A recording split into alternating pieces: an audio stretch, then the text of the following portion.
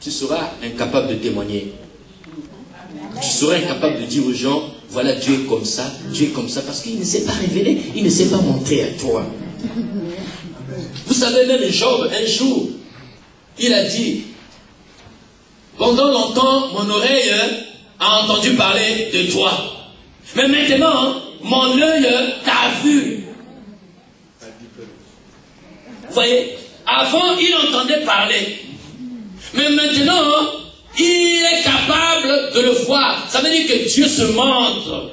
Dieu se révèle. Bien aimé, il faut chercher cela. Il faut chercher cela.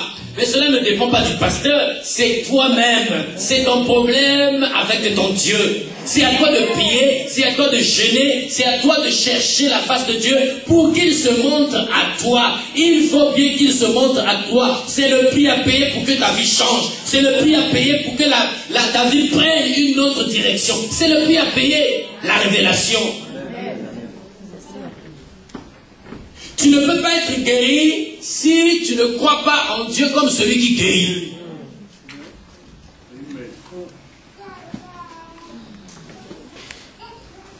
Si tu n'as pas cette révélation de Dieu comme étant celui qui guérit, mais tu ne peux pas être guéri. Tu vas rester longtemps malade, mais la guérison ne viendra pas. Parce que la révélation facilite notre guérison. Vous voyez cette femme qui souffrait de la perte de sang pendant 12 ans. Elle est allée partout. Mais le jour où elle a rencontré le Seigneur, vous voyez, elle était connectée à l'Esprit de Dieu. L'Esprit va lui dire, j'aime le Saint-Esprit parce qu'il vient lui chuchoter à l'oreille. Personne n'avait parlé à cette dame, mais le Saint-Esprit est venu. Il a dit à cette dame, écoute, ça fait 12 ans que tu souffres. Tu es allé voir des médecins, pas de solution. Tu es allé voir des marabouts, pas de solution. Bon, peut-être que les pasteurs t'ont imposé les mains, les talons, les coudes. Pas de problème. Mais, maintenant là, va seulement toucher au pont de sa tunique. Vous voyez, c'est ça le réma. C'est ça la pensée particulière. Nous ne voulons pas des pensées populaires. On veut des choses claires. Des choses claires, personnalisées. Et quand le Saint-Esprit lui a dit ça, cette dame est allée. Elle a touché le vêtement de Jésus. Vous voyez, Jésus a senti qu'une force était sortie de lui. Il a dit, qui m'a touché? Il dit, bon, le Seigneur, tout le monde est en train de te toucher là. Il dit, non, il y a quelqu'un qui m'a touché de manière particulière. C'est ça le toucher de la révélation.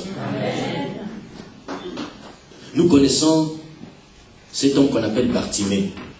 Si vous lisez dans toute la Bible, dans le Nouveau Testament tout au moins, on nous parle des gens qui étaient guéris. Des aveugles, des boiteux. Mais jamais on ne citait leur nom. Mais quand on arrive au niveau de Bartimée, on va citer son nom. Lisez, faites l'expérience. Je ne vous dis pas des mensonges. Allez lire de Matthieu à Apocalypse. Vous allez voir, les gens étaient guéris. On dit toujours, il y avait un boiteux, un paralytique. Mais quand on arrive à Marc 10, on dit que cet homme s'appelait Bartimée et fils de Timée. Pourquoi? Cet homme-là était malade. La Bible dit que pendant beaucoup d'années, il s'asseyait au bord de la route. Parce qu'il avait l'habitude de quémander. Il n'avait pas de force pour aller travailler. Lorsqu'on est aveugle, bien aimé, mais c'est horrible. On ne peut même pas choisir ses vêtements. On ne peut même pas choisir sa femme. C'est pénible. On ne peut pas aller travailler. Et on est réduit à un mendiant. On fait la manche. On fait la manche. Mais ce jour-là, il y a toujours un jour. Bien aimé, il y a toujours un jour. Le diable peut faire de toi un aveugle, mais tu peux entendre. Si le diable fait de toi un sourd, tu peux parler. Si le diable fait de toi un muet, tu peux voir. Donc, le diable peut verrouiller à gauche, mais il ne pourra pas verrouiller à droite. Vous voyez, cet homme était aveugle, mais il pouvait entendre. Voilà son avantage. C'est pourquoi lorsque tu es dans la désolation, quand tu es dans la tristesse, ne vois pas ce qui te fait mal, mais toi cherche à voir ce qui te fera du bien. Cherche à trouver dans ce qui est mauvais, ce qui est bien. Oui, c'est vrai que je ne peux pas marcher, mais je peux parler. C'est vrai que je ne travaille pas, mais je peux prier.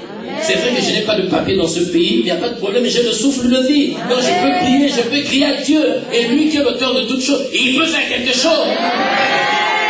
Et cet homme, lorsqu'il va entendre un bruit, il va dire, mais qu'est-ce qui se passe autour de moi? Il touche les gens, il dit, mais qu'est-ce qui se passe? On lui dit, c'est Jésus qui est en train de passer. Il dit, ah, Jésus, mais je ne raterai pas cette occasion. Amen. Mais c'est Jésus qui passe par là, et il a commencé à crier. Pendant qu'il criait, les gens sont venus le voir et dit, mais non, toi tu n'as pas droit à ça. Il n'y a que nous qui pouvons bénéficier de ça. Mais tu ne peux pas, tu n'as pas droit à la vision, tu restes là. Tu vas continuer le mort, faire la manche. Il y a des gens comme ça, il y a des chrétiens dans l'église qui voient les autres qui disent, toi tu vas rester là. Tu vas seulement rester là. Tu ne vas pas te marier, tu n'auras pas de papier, tu n'auras pas de travail. Il faut que tu viennes me demander Dieu au ce matin. Il a dit, mais non, moi je veux le voir, il faut que je le voie. Les gens lui ont dit, mais non, les choses précieuses, on ne les donne pas aux chiens. Il n'y a pas de problème. Et cette femme avait dit, je peux me contenter des miettes. Il n'y a pas de problème, mais je veux voir Jésus. Amen. Alors, puisque les gens l'empêchaient de voir Jésus, le Saint-Esprit encore est venu. Il a dit, bon, c'est pas un problème. Là, on ne veut pas que tu vois Jésus. Tu es en train de crier, les gens ne t'écoutent pas, même Jésus ne t'écoute pas. C'est pas un problème. Je te montre un secret. Il chuchote à l'oreille. Et après, quand il a entendu ça, il a dit, ah bon, maintenant il va changer de manière. Il va crier Jésus! Jésus, fils de David. Ah, quand Jésus a entendu ça, il dit, oh, appelez-le, appelez-le. Et pourtant, il y avait un bruit. Rien n'avait changé. Il y avait le même bruit qui empêchait Jésus d'entendre. Mais quand dans le même bruit, Jésus a entendu, fils de David, il s'est dit, mais personne ne m'a jamais appelé comme ça. Mais d'où il sait cela? Donc, cet homme-là a reçu quelque chose de mon Père.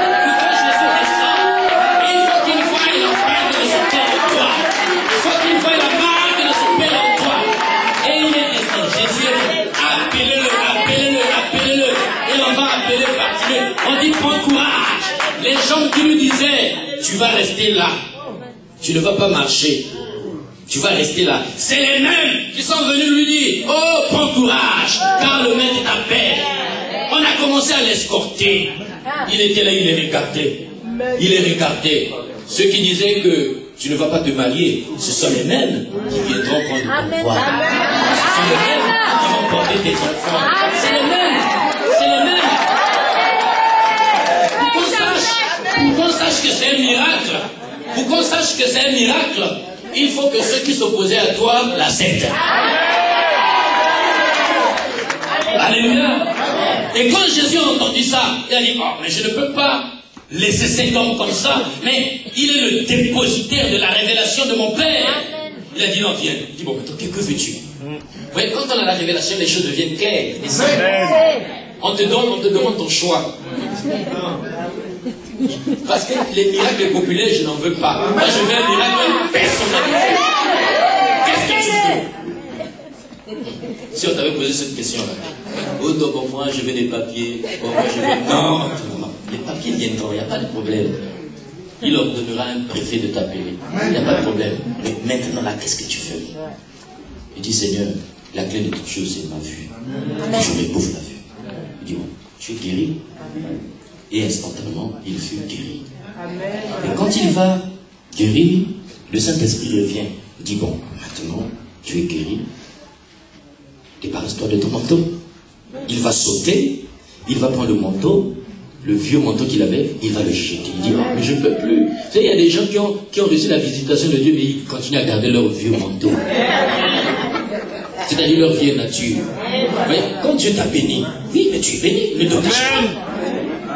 Mais ne te cache pas. Mais Dieu t'a béni. Mais toi, chaque matin, tu manges les grecs. Non, mange correctement. Mange correctement, puisque tu as été béni. Alléluia. Dieu t'a béni. Mais tu vas au boulot, tu es obligé de te réveiller.